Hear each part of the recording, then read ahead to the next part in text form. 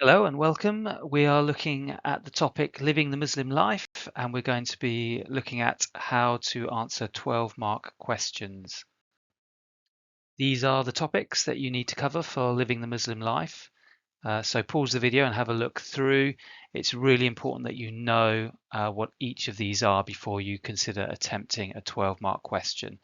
So pause the video and have a look at these topics. If you need to do some more revision, then go away and revise these before attempting any 12 mark questions. Here are some example questions that could come up in this topic.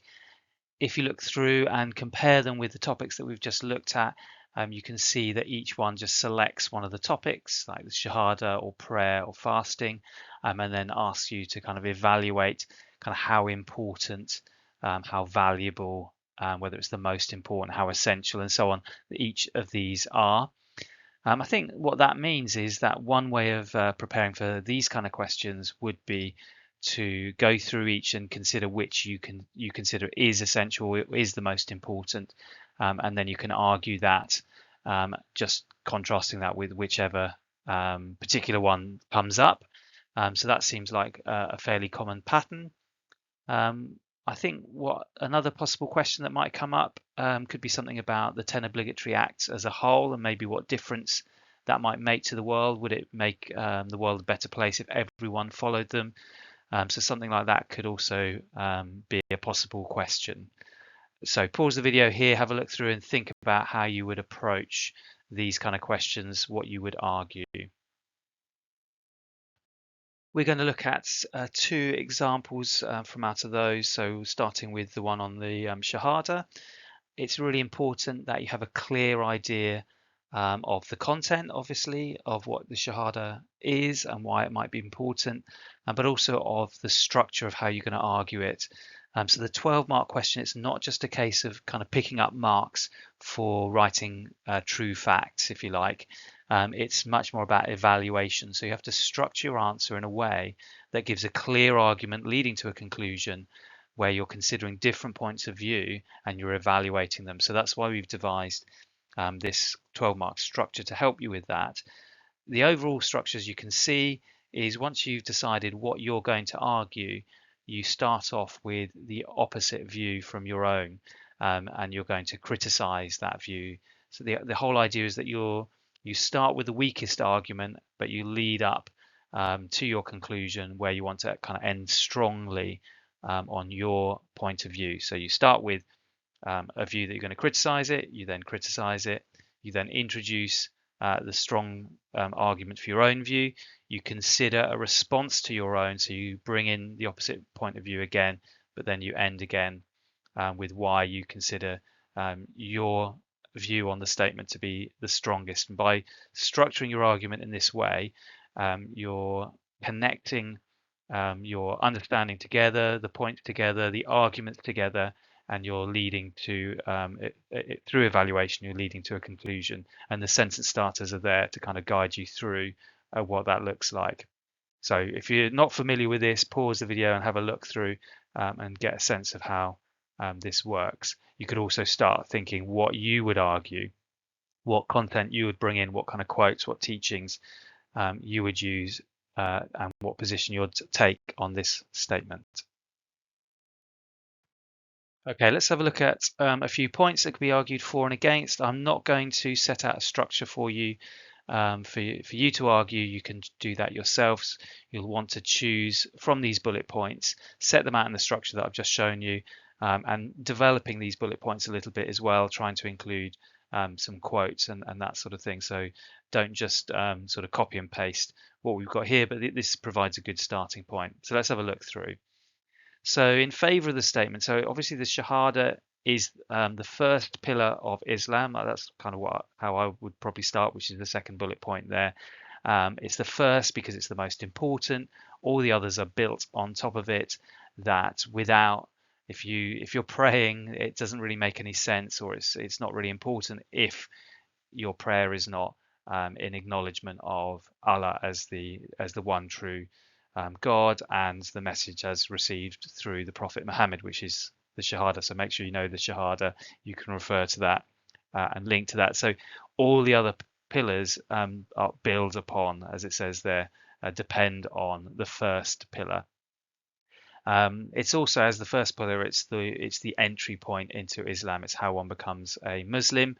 And I think the interesting point there in that bullet point is it's not just kind of the verbal saying the Shahada, but it's the idea that it comes from the whole heart, that's what it means to be a Muslim, not just to recite, but to the intention that goes with that, the understanding and believing it with one's whole heart, and that this is the kind of the fundamentals and the starting point of Islam.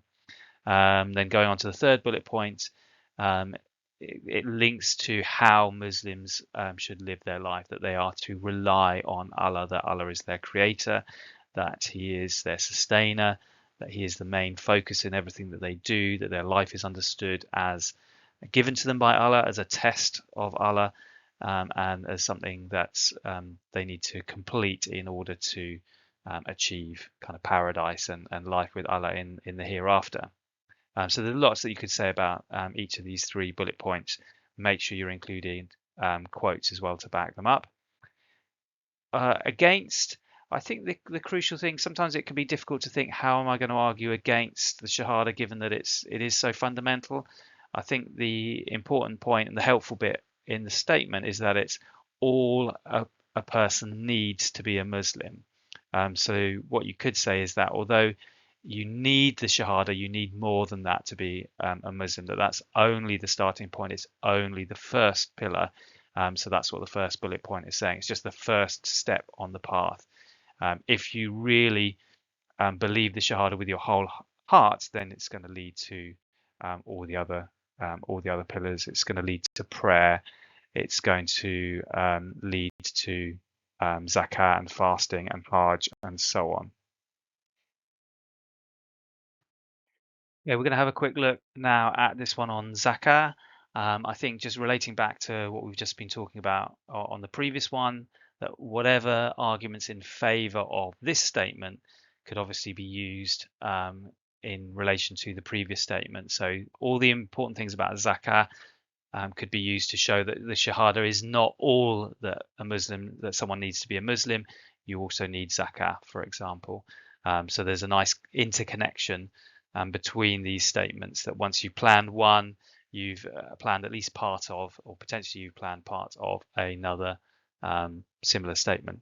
Again, I've got here the structure, so do pause and look through again. This is something that you need to kind of make second nature, and then once you've made it sort of second nature, you've learned it off by heart, you'll be able to adapt it as well, because again, it's not just about reproducing those sentence starters, it's about understanding how they work and then adapting that according to what you're arguing, but kind of using that general structure.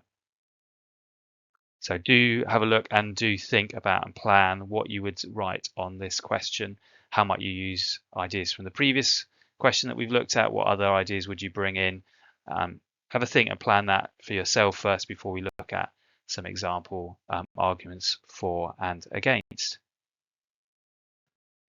Yeah, I think one thing that's worth mentioning before we look at the arguments for and against is that with these questions, you should also explain what zakah is. So obviously in this question, it's about zakah. The previous one was about the shahada. Make sure that you give a clear statement of what the shahada is for the previous one, and for this question, what zakah is. It's giving 2.5% of one's wealth, giving to the poor and the needy and those sorts of things once a year. So the first bullet point says regular giving of zakah. Now, why is it important? Well, the notion of zakah actually means purity. So the idea is that it purifies one's wealth. There's lots of beliefs here. In fact, if you just go through the bullet points, it will unpack it quite a lot. So the idea that money is quite and wealth is quite fundamental to most people's lives, to the way society works, whether you have money or you don't have money. It kind of makes the world go round, as people say. So fundamental to Islam is certain attitudes towards wealth and money, that it is a gift from Allah, that Allah commands that it should be shared, the importance of helping the poor, redistributing money from the rich to the poor, so kind of giving money away. This is really important for ideas of good and justice in the world and living in a peaceful society. You could link this to ideas about crime and punishment, that there's going to be crime if there are people who are poor, that there's going to be conflicts if there's not justice, and these sorts of things. So it links in to a lot of what you've already studied. The arguments against the statements, these could most naturally just focus on some of the other of the 5 pillars. The obvious being their prayer. So prayer happens 5 times a day. So that suggests how important prayer is. So you could argue that prayer is more important. And then perhaps even more obviously, the Shahada, which we've already just talked about, being the kind of the foundation and the basis for all the other of the 5 pillars. So they would be the obvious way to go, is to pick out a particular alternative part of the 5 pillars.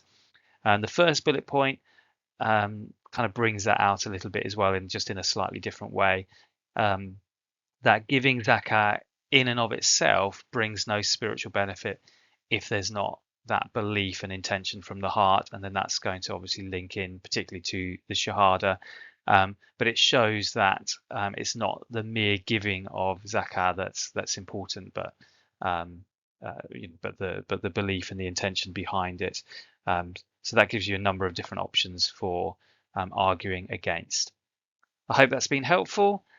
Do pause the video and use some of those ideas and set out your own answer. Give it a go.